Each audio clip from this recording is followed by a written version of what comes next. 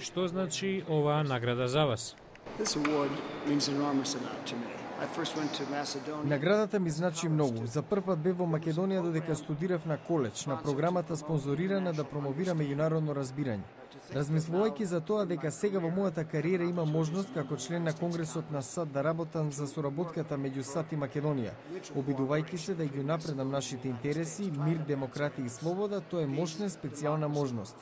Јас не можам да бидам погорд на прогресот на Македонија што продолжува да го чини, така што сакам да бидам сигурен дека ќе добие чесен третман во САД и во меѓународната заедница на нации.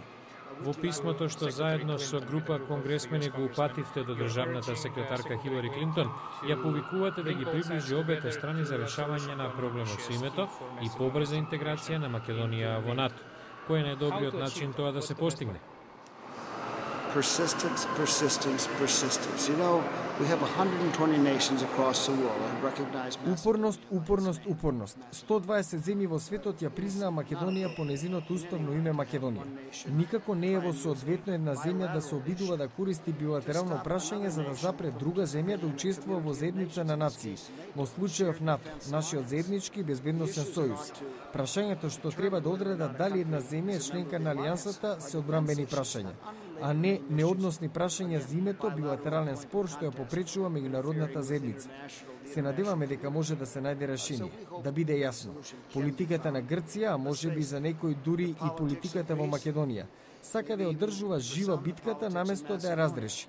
Се надевам дека посмирените умови и желбата за мир меѓу сите луѓе значат дека ќе успееме да најдеме одговор на ова прашање. Не е лесно, воопшто не е лесно, но ако станеме посветени на него, мислам дека ќе се случи. Во САД постои моќно грчко лоби, Хеленскиот кокус. Дали оваа средба денеска можеби е почеток на неформална група во Конгресот што се залага за Македонија? Јас сум од малобројна сојузна држава, Северна Дакота, рурална држава. Но тоа воопшто не значи дека малите држави не можат да имат голем глас. Така мощно сум задоволен што денес се собра диаспората на Македонија. Можеби ќе нема толку македонци кои ширум САД ќе организираат и ќе финансираат лоби големо колку што е грчкото, но прашањето не е во тоа. Се работи за тоа што застапувате. Во случајов, според моје мислење, правдата е на страна на Македонија и на крај прашањето мора да биде решено соодветно на тоа.